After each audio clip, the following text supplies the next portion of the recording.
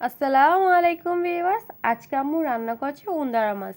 এটাকে আমাদের এলাকায় উন্দারা মাছই বলা হয়, তবে আপনাদের এলাকায় কি বলে আমি জানি না, তবে আমি সামুদ্রিক মাছ বলে সম্বোধন করছি আর কি। তো প্রথমে একটি ডেকচি নিয়ে নিব, ডেকচিতে তেল নিয়ে নিব। তেলগুলো গরম হয়ে আসলে সেখানে দিয়ে দিব পেঁয়াজ কুচি।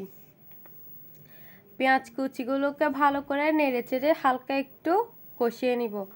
পেঁয়াজের সাথে দিয়ে দিব কয়েকটা গোটা কাঁচামরিচ। আম্মু গোটা কাঁচামরিচ ব্যবহার করেছে, আপনারা চাইলে কাঁচামরিচ মাঝখান থেকে ফালি করে দিবেন।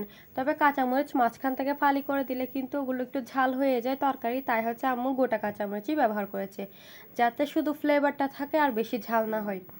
ঝাল হলে তো আমি খেতে পারবো না, তাই। তো তারপরে দিয়ে দিল মরিচ বাটা আর সামান্য পরিমাণ মাছের মশলা।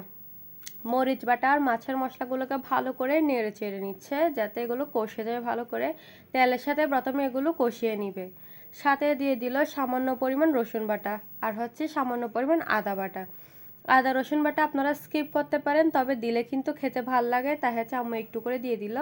তারপর মশলাগুলো নেড়ে চেড়ে হালকা কষিয়ে নিবে। মশলাগুলো কষে আসলে সেখানে দিয়ে দিবে আলু। আলুগুলো পাতলা পাতলা স্লাইস করে নিয়েছে। আলুগুলো দিয়ে ভালো করে নেড়েচেড়ে কিছুক্ষণ আলুটাও কষিয়ে নিবে। আর যেহেতু আলু বেশি ছিল, তাই হচ্ছে আলু যদি এমনি তেলের মধ্যে কষানো হয় তাহলে কিন্তু পুড়ে যাবে, তাই আম্মু হালকা পরিমাণ পানিও দিয়ে দিছে। পানি দিয়ে ভালো করে নেড়েচেড়ে কিছুক্ষণ আলুগুলো কষিয়ে নিছে।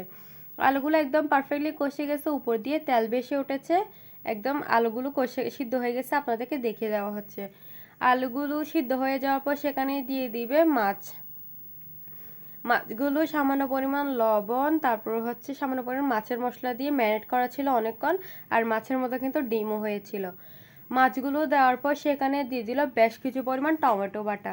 যেহেতু এখন টমেটো সিজন না, তাই হচ্ছে আম্মু টমেটো বাটা ব্যবহার করেছে। যদি টমেটো সিজন হতো তাহলে কিন্তু গোটা টমেটো ব্যবহার করতো।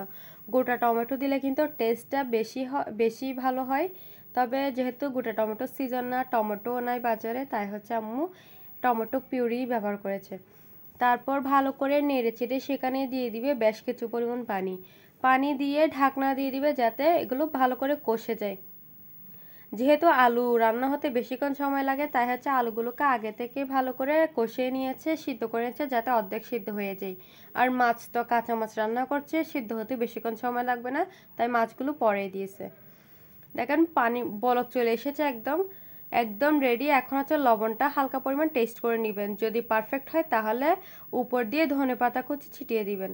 আর যদি লবণ পারফেক্ট না হয় তাহলে সামান্য পরিমাণ লবণ দিয়ে নেড়ে চেড়ে নামিয়ে নেবেন। আল্লাহ হাফেজ।